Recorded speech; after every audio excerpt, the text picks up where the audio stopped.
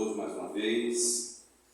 1 Coríntios 9, 25, ele nos diz: todo atleta em tudo se domina, aqueles para alcançar uma coroa corruptível, nós, porém, a incorruptível. Assim corro também eu, não sem meta, assim luto, não desferindo golpes no ar, mas esmurro o meu corpo e reduzo a escravidão, para que, tendo pregado a outros, não venha eu mesmo ser desqualificado. Amém? Essa passagem, a gente vê que ela é uma palavra encorajadora, é uma palavra onde nos lembra, nos remete a nós dominarmos as nossas mentes, as nossas vontades. E qual é a nossa verdadeira meta diante da nova condição que nós estamos? Éramos antes condenados, sem vida, sem projeto, sem esperança, mas agora não. Agora temos uma nova meta. E caso algum ainda, filho de Deus, que não tenha meta, busque na palavra, busque orientação, porque como filho de Deus, nós não podemos ficar inertes, paralisados, diante da tamanha poderosa e gloriosa salvação que Deus nos concedeu, através do seu Filho. Nós não temos essa possibilidade de nós rejeitarmos tamanha e poderosa salvação. Não podemos desqualificar essa poderosa salvação, porque o Senhor ele nos salva com um objetivo de nos tornar uma grande família em Cristo Jesus, não em nós mesmos. Ele não nos salva e nos lança de qualquer. Você está livre agora, você está salvo e você pode agora fazer o que você bem quiser. Não é essa a finalidade. Não tem essa finalidade. Muito pelo contrário, temos uma nova meta. Agora nós temos a mente do Senhor, nós temos nos submetemos à vontade do Senhor, o governo e a autoridade do Senhor em nossas vidas, porque a partir do momento que nós reconhecemos essa tamanha e poderosa salvação, há um novo posicionamento, deve haver um novo posicionamento nosso. Não podemos ficar inertes aos acontecimentos do mundo. Muito pelo contrário. Quem é o nosso Salvador? A quem devemos amar? Primeiro a nós? Não. Primeiramente ao Senhor. Primeiramente Ele fez a obra de salvação. Ele nos resgatou. Ele nos tirou da condição que nós nos encontrávamos. Mas vamos lá para entender um pouco do texto. Corinto era uma cidade que se movia pelos esportes, pela competição, Então lá era a sede dos Jogos Istmicos, na época, os quais era de tamanha importância que perdiam apenas para as Olimpíadas. Olha só perdiam para as Olimpíadas, que era algo maior. O atletismo consumia a cultura, engolia a cultura. Já temos ideia. O atletismo, as competições, consumia a cultura. Seus cidadãos sabiam que para um atleta o esforço desprendido durante uma corrida era apenas uma pequena fração do esforço exigido ao longo da vida. Por quê? Por causa dos treinamentos, que eram constantes, periódicos. Então, quando Paulo escreveu à igreja de Corinto, ele não falou apenas de correr e competir, mas também falou sobre o treinamento, a dedicação. Existe toda uma preparação. Você não entra numa competição sem estar preparado. Você vai correr, fazer uma maratona aí, 40 quilômetros, vamos lá, metade, 20 quilômetros. Se nós não estivermos preparados, a gente no meio do caminho vai. Não tem condição nenhuma. Câimbras, dores. O corpo não está preparado para perder tanta energia em tão pouco tempo. Isso requer o quê? Um treinamento, uma preparação. Em Coríntio, as crianças, a partir dos 7 anos, já eram submetidas a exercícios rigorosos para se prepararem para as competições. Esperava-se que os participantes mostrassem haver passado por um treinamento rigoroso por meses antes da competição. Havia sendo o atleta, desde os 7 anos, ele já vinha sendo preparado. Aí a gente olha para as nossas vidas, e mesmo pequenos na fé, nós temos essa dedicação, esse objetivo, essa meta de estarmos qualificados na vida cristã. Essa qualificação, ela não tem a finalidade de nos engrandecer. A vida cristã é uma condição aonde o nosso Deus, Pai, Filho e Espírito Santo, eles que devem levar toda a glória, não nós. Inclusive na vida cristã, normalmente quem faz totalmente quem faz a obra é o Espírito Santo. Nós somos apenas instrumentos, ferramentas usados naquele momento. Um pouco de tempo, um pouco mais de tempo, mas nós somos ferramentas na mão do Senhor. Agora, nós queremos ser essa ferramenta, ter essa disponibilidade de servir ao Senhor? Ou queremos só participar da competição? Não, nem da competição. Eu quero correr por correr, eu quero fazer uma atividade só por fazer uma atividade. É isso? Não, na vida cristã não é isso. Porque se nós pensarmos com essa tamanha negligência, nós não vamos considerar o tamanho da grandeza do amor de Deus que se sacrificou na cruz por nós. Quando João 3,16 ele nos fala assim, que Deus amou o mundo de tal maneira, essa de tal maneira, ela é imensurável. Nós não conseguimos alcançar essa tamanha e poderosa salvação. Não conseguimos. De tal maneira, ela nos abraçou, ela nos envolveu. Então significa que agora somos amados.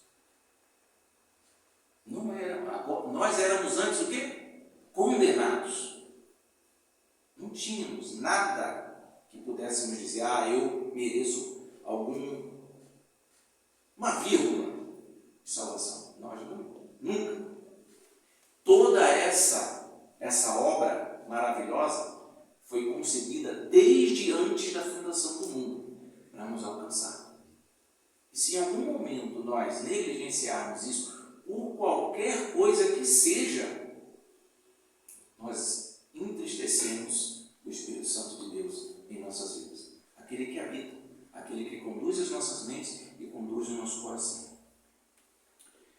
Da mesma forma, a vida cristã deve ser marcada por uma disciplina que revela o compromisso eterno de correr a corrida de Deus. É importante que as nossas palavras sejam apoiadas por nossas ações, não somente falar. O competidor, ele não só diz que vai correr, que ele está se preparando, ele demonstra isso. Dificilmente você pratica algum exercício, treina algum exercício dentro de casa. Dificilmente tem alguma atividade, algum exercício que você faz dentro de casa. Normalmente correr, bicicleta, natação, qualquer outra atividade, normalmente é no local adequado para você fazer isso, com espaço.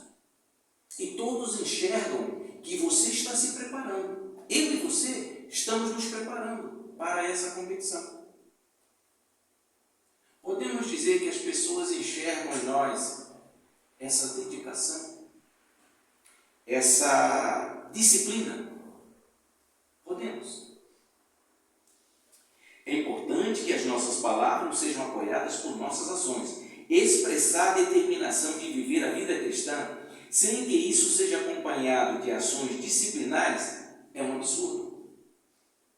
Totalmente absurdo. É como expressar a necessidade de acordar mais cedo ou perder peso e resolver fazer essas coisas, mas nunca definiu a alarme. Olha, eu vou emagrecer, eu vou treinar, eu vou levantar cedo e vou treinar, mas nunca toca o despertador no horário. A gente nunca busca isso, a gente nunca tem disposição. Então são atitudes que são determinações, né? Se eu quero ter uma vida cristã realmente que glorifique o Senhor, eu tenho que as minhas palavras devem vir acompanhadas de atitudes. Só de falar não vai resolver, não vai mudar nada em nossas vidas. Em 2 Timóteo 4,8 ele nos diz: já agora a coroa da justiça me está guardada, a qual o Senhor, reto juiz, me dará naquele dia, e não somente a mim, mas também a todos quanto amam a sua vinda. Amamos a vinda do Senhor? Ou ainda sou muito jovem, tenho muita coisa para fazer, eu tenho muitos projetos, eu tenho que fazer muita coisa ainda, eu tenho que ter muita coisa, eu tenho que fazer muita coisa. Não, amados. Se a partir do momento que a gente ama a vinda do Senhor, claro, a gente não vai deixar de trabalhar, a gente não vai deixar de fazer as coisas, a gente não vai deixar de congregar, a gente não vai deixar de se alimentar na palavra, não vai deixar de orar, não vai deixar de fazer nada disso. Mas uma coisa é nós ficarmos estacionados, ou nós ficarmos pensando apenas em nós mesmos, nos nossos desejos, nas nossas vontades, e esquecer que quem nos salvou, quem nos resgatou da condição que nós nos encontrávamos, era o Senhor. E Ele que nos fortifica a cada dia. Até nos momentos de dificuldade e onde que nós não temos nem força para andar, é Ele que cuida e nos fortifica. Tiago 1,12, ele nos diz assim, bem-aventurado o homem que suporta com perseverança a provação, porque depois de ter sido aprovado, receberá a coroa da vida, a qual o Senhor prometeu aos que o amam. De novo, aos que o amam. Né? Então a gente vê que a palavra de Deus, ela nos remete ao amor. Ao amor não é medo do Senhor, mas é o amor. Amor a Ele, amor à sua plena e poderosa salvação. Aquilo que Ele nos deu e não merecíamos. Ele nos amou, mais uma vez, Ele nos amou primeiro, antes de ser concebida todas as coisas. Ainda éramos no ventre da nossa mãe, né? Ainda estávamos em formação. E ali, no Salmo, né, ele fala que o Senhor amou. Está vendo? Éramos informes ainda e o Senhor nos amou. Olha só que maravilha. Saber que Deus, ainda a gente pequenininho, sem vida, sem nada. E se a gente tiver mais cuidado, a gente vai ver que era antes dessa concepção. Ele já nos amava. As Escrituras falam isso. E nós? Ficamos constrangidos de tamanho amor por nós?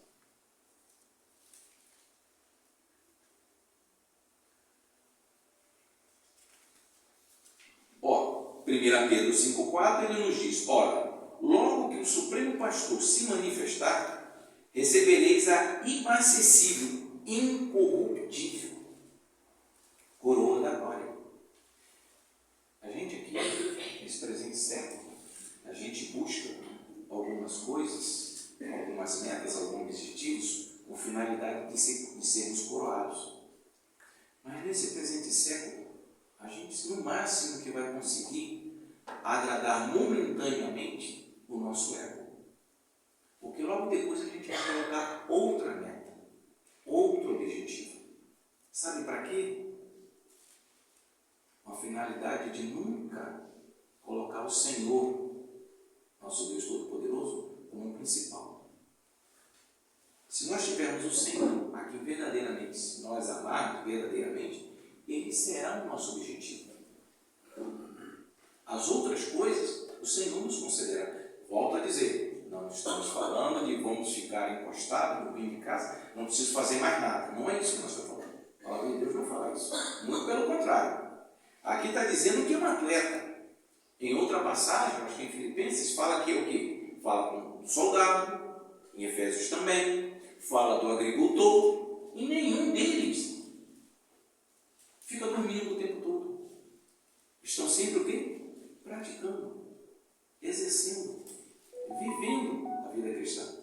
No caso deles, o soldado, os seus exercícios, o atleta praticando, se preparando para as competições, e o agricultor o quê? Vendo a sua plantação crescer, desenvolver.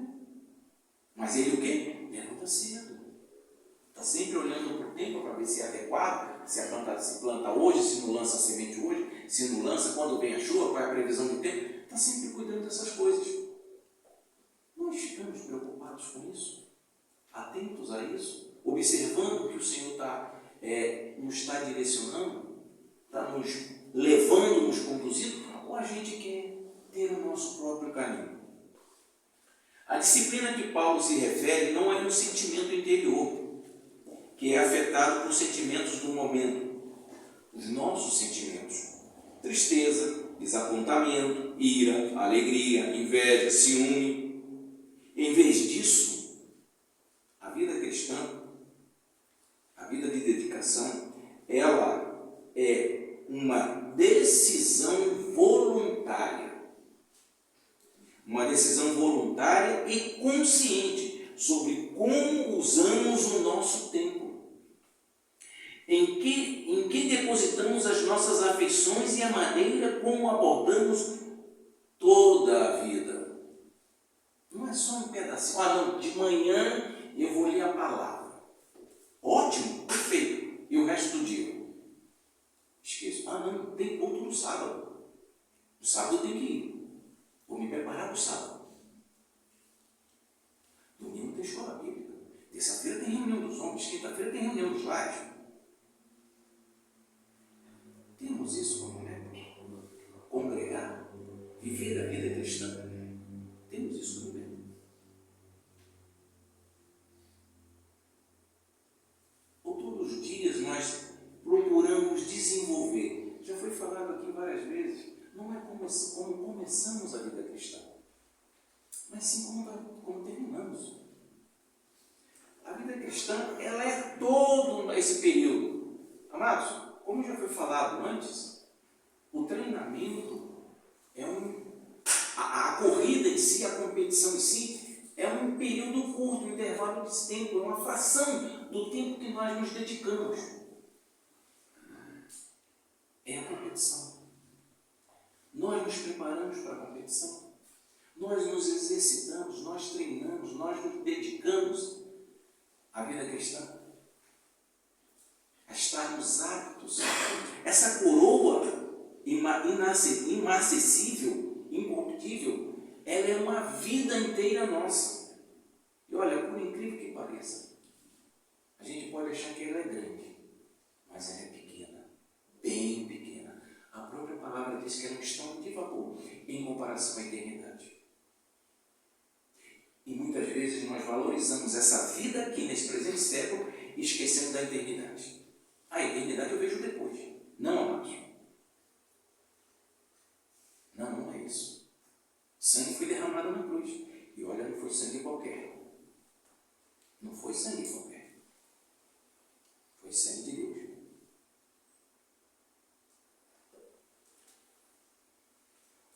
Um bispo inglês, eu não conheço, Hillary, do século XIX, escreveu: a verdadeira santidade não consiste meramente de sensações e impressões internas. É algo da imagem de Cristo, que pode ser visto e observado por outros em nossa vida privada, atos, caráter e ações. A gente tem que entender que quando a gente tem como uma escolha nossa tomarmos a decisão de ter uma escolha nossa a vida cristã, viver a vida cristã, testemunhar do Senhor, ter uma vida conduzida, disciplinada na vida do cristão. E essa vida, essa decisão nossa, elas não são afetadas pelos nossos sentimentos. Isso é muita coisa, porque se ira, ciúme, raiva, alegria, dor, desapontamento, todas essas coisas nos levam a abandonar a carreira cristã, nós não temos Cristo como meta. Não temos ainda. Porque o verdadeiro atleta, ele treina, dependendo da condição do esporte que ele escolheu, ele treina até com a chuva. Um soldado, ele não escolhe o tempo para fazer o exercício, tanto na chuva quanto no dia bom, no mar, no rio, seco, molhado, no alto ou no baixo. O agricultor, ele levanta todos os dias, chovendo, fazendo sol. E nós? Não, hoje está ventando muito. Nossa, hoje está chovendo. Hoje eu não sei. É assim a vida cristã. Nossos trabalhos, nossos empregos, quando está chovendo a gente deixa de ir. Está ventando, a gente deixa de ir.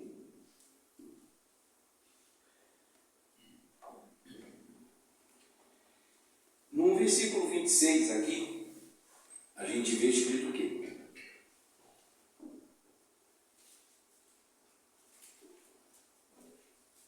Ele nos diz: assim corro também eu, não sem meta, assim luto, não desferindo golpes no ar.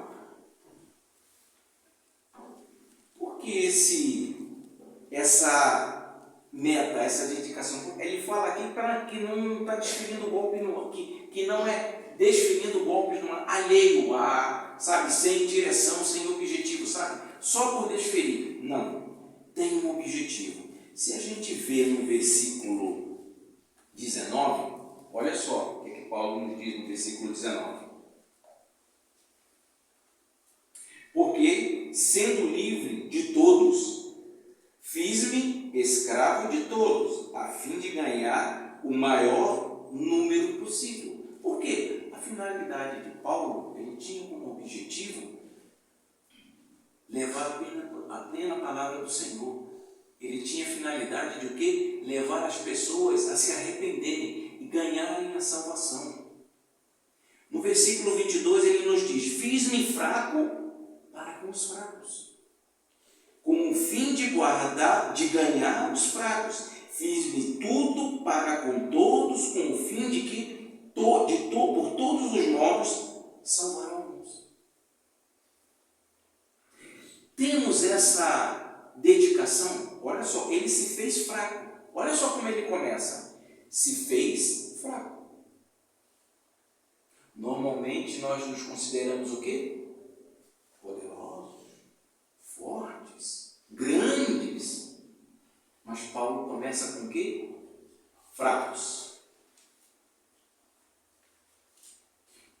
Quem de nós gosta de demonstrar, gosta de se revelar fraco? Muito pelo contrário. Não, eu sou inabalável. Paulo se considerou fraco para ganhar os fracos. O objetivo dele era ganhar os fracos para o Senhor. As nossas vidas têm o objetivo de levar aos condenados, aos pecadores, a conhecerem a Cristo e ganharem a plena e poderosa salvação. A nossa vida testemunha isso.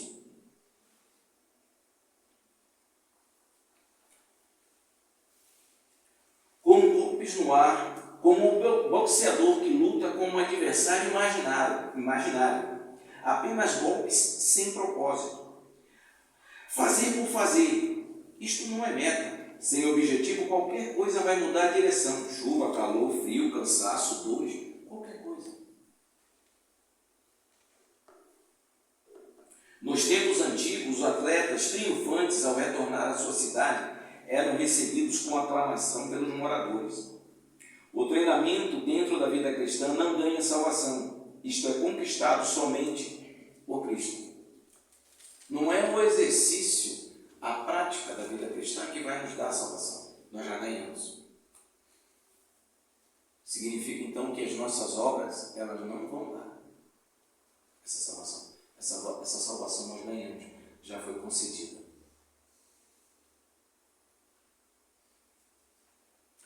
No entanto, isso não garante a entrada abundante no céu. Em Atos 2, 4, 42 e 47, queria que abrissem suas Bíblias para acompanhar esse texto. Atos 4, 2, 42 e 47 a 47.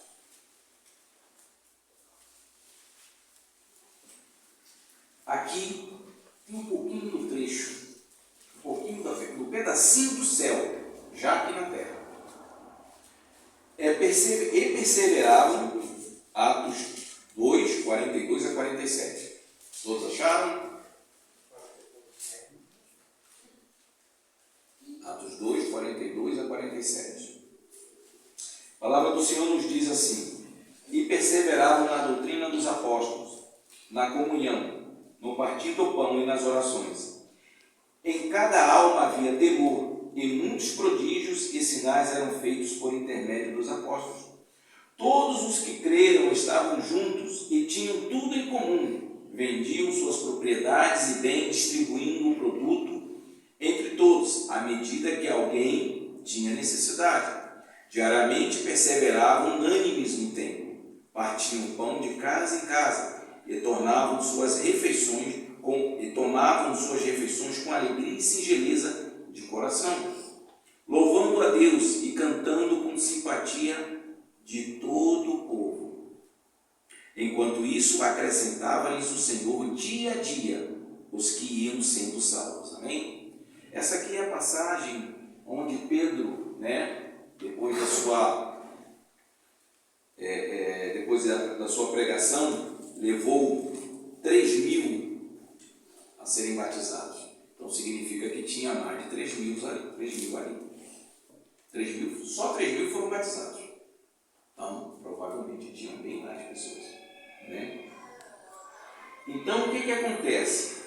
A gente vê aqui que perseveravam na doutrina dos apóstolos, na comunhão, no partir do pão e nas orações.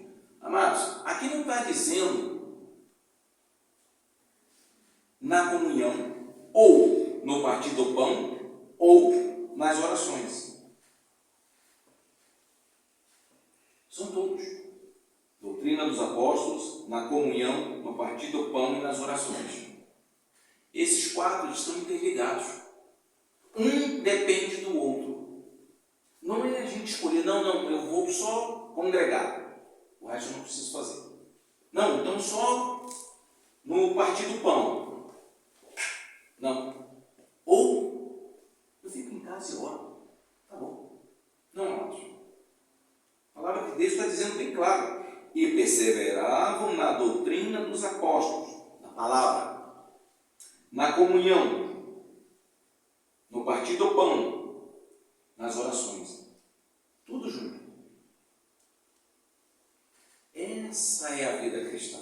A vida cristã a gente não pode escolher uma opção, uma condição, mas sim todas. Porque a palavra de Deus ela é bem clara. Só há um desenvolver, só há um crescimento se nós o quê? Tivermos uma vida, uma comunhão. Se nós ficarmos isolados, como exercer e praticar aquilo que já foi revelado em nossos corações? Como? em casa, sozinhos?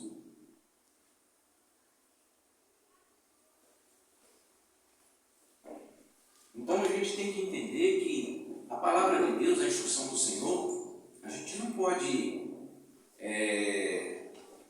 separar. A gente não pode, não, até aqui. Eu não tenho. Nós não devemos fazer isso. Quando fazemos isso, nós pecamos contra a instrução do Senhor. Pecamos. No versículo 27 aqui, 1 Coríntios, versículo 27.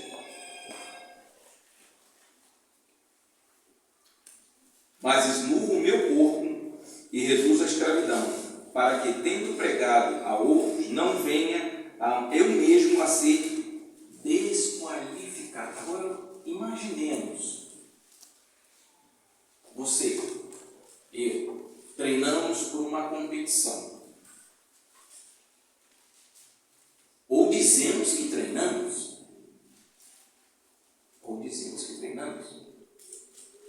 No final das contas, durante a competição, nós desmaiamos, caímos, passamos mal, ou qualquer outra coisa que aconteça que venha nos impedir de continuar nessa jornada, nessa caminhada, nesse treinamento, nessa corrida cristã.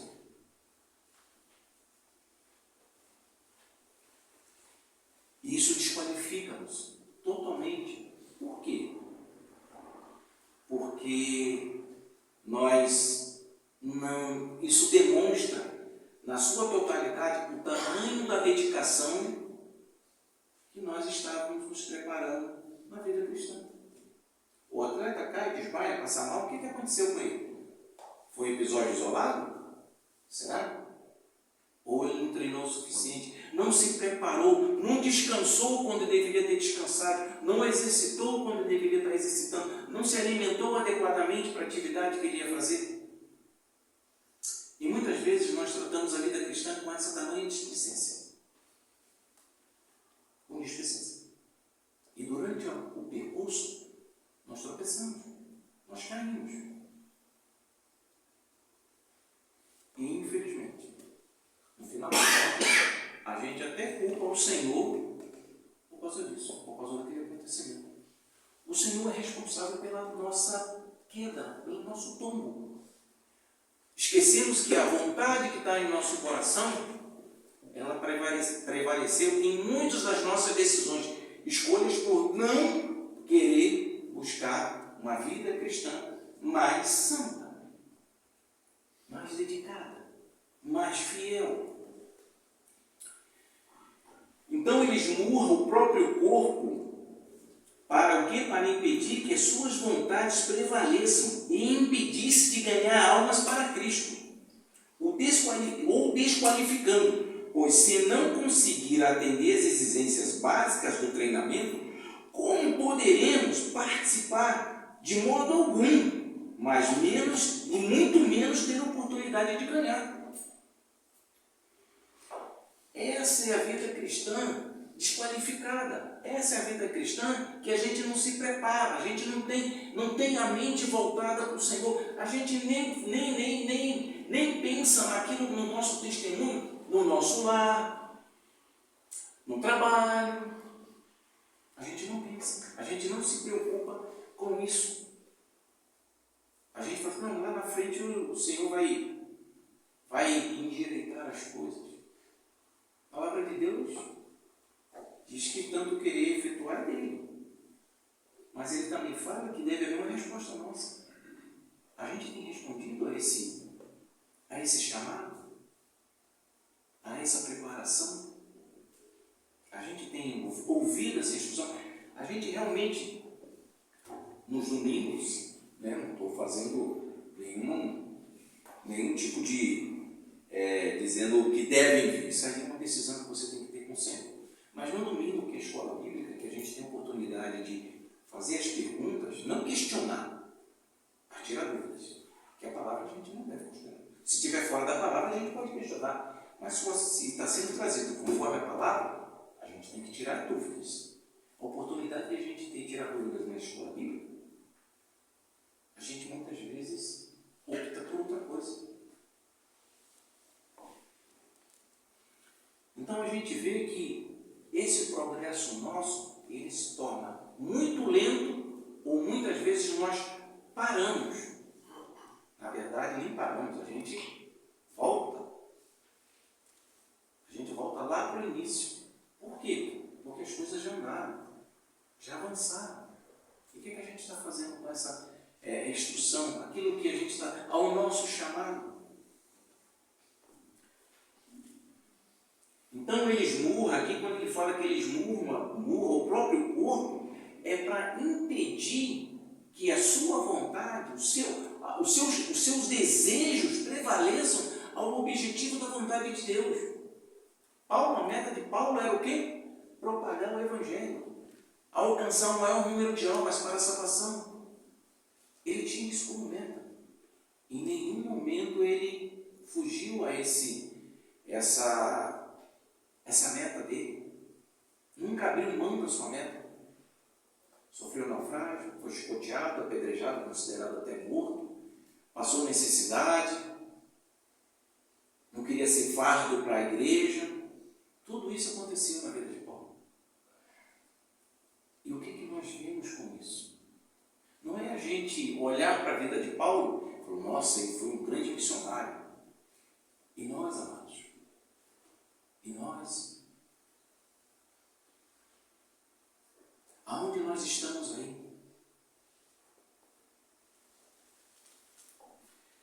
Em Mateus 25, 21, ele nos diz assim, por favor, abram, 25, 21.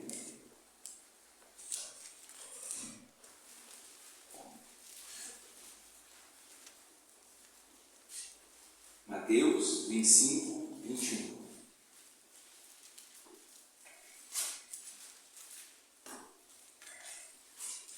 É algo para nós pensarmos.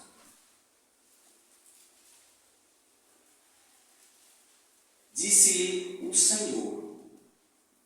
Não foi um anjo, não foi qualquer outro, foi o próprio Senhor. Imaginemos isso. O Senhor está ali nos esperando, nos aguardando, e ele diz isso. Disse-lhe o Senhor, muito bem, servo bom e fiel, foste fiel no pouco, sobre muito te colocarei. Entra no gozo do teu Senhor. Amados, a nossa carreira cristã, ela pode ser, a gente pode passar por muitas provações, a gente pode dizer que tem muitas dificuldades, muitas limitações, a gente pode dizer isso. Mas na carreira cristã,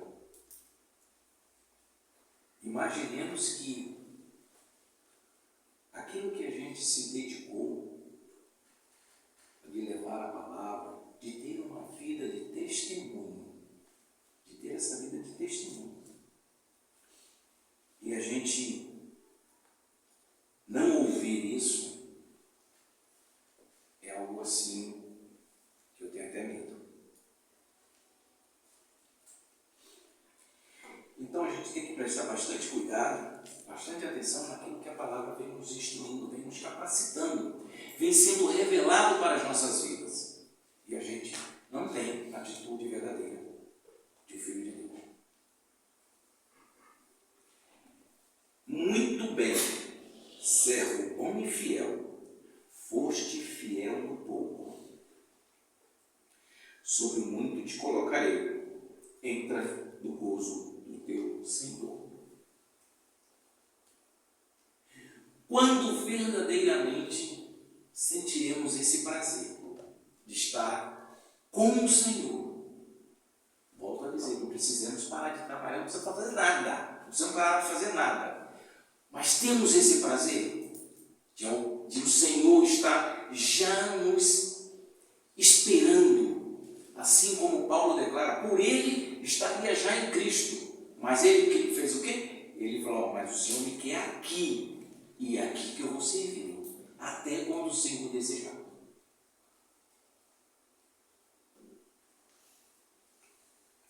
Será um momento de honra e glória, de alegria para o servo. Ver que agradou o seu Senhor. Essa é a imagem da entrada do céu, que a palavra de Deus diz ser possível para aqueles que correrão a corrida, que suportarão o treinamento, que correrão para vencer. Então devemos perguntar, eu tenho que perguntar para mim, onde estou expressando determinação, mas não estou agindo? Em que área do meu crescimento cristão preciso implementar práticas disciplinadas para me tornar mais semelhante ao meu Senhor? Então, espere ansiosamente pelo momento em que você terminar sua corrida e entrar na glória, pois isso motivará todo o treinamento de que precisa. Amados, se tem alguma coisa ainda na sua vida que ainda precisa lhe dar mais objetivo, mais meta, mais vontade, ore, busque o Senhor. Não perca mais nenhum minuto de tempo. A vida cristã, mais uma vez, a palavra de Deus diz que a nossa vida aqui é como um estado de vapor. Rápida. Já você não enxerga mais. A eternidade, sim. Então, amados, esse presente século é momentâneo. Mas o treinamento é árduo. Me causa muitas preocupações, muitos medos, muitas dores.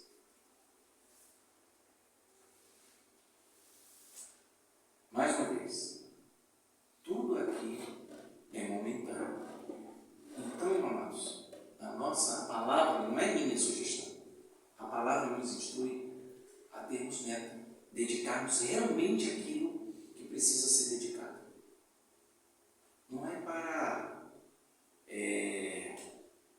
nos glorificar, mas para glorificar a quem realmente nos salvou. E para finalizar, Romanos 13. Eu queria, versículo 8, ele nos diz assim, Romanos 13, 8. Ele nos diz, a ninguém fiqueis devendo coisa alguma, exceto o amor, que vos ameis uns aos outros, pois quem ama ao próximo tem cumprido a lei. O amor.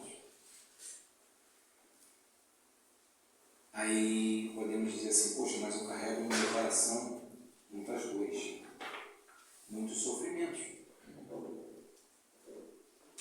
Não vou desmerecer longe de mim qualquer coisa. Mas quer preencher esse coração com que isso aí que nós temos fora do amor de Deus é um buraco que nos consome. Mas a partir do momento que a gente tem esse amor de Deus, que ganhou esse amor de Deus, que está depositado em nosso coração, pode ter certeza, qualquer outro sentimento que não seja glorificar e exaltar o Senhor, ele vai se preencher e vai tirar tudo que desagrada do nosso coração. E aí nós vamos ter meta, vamos ter objetivo, vamos ter a salvação. Louvado seja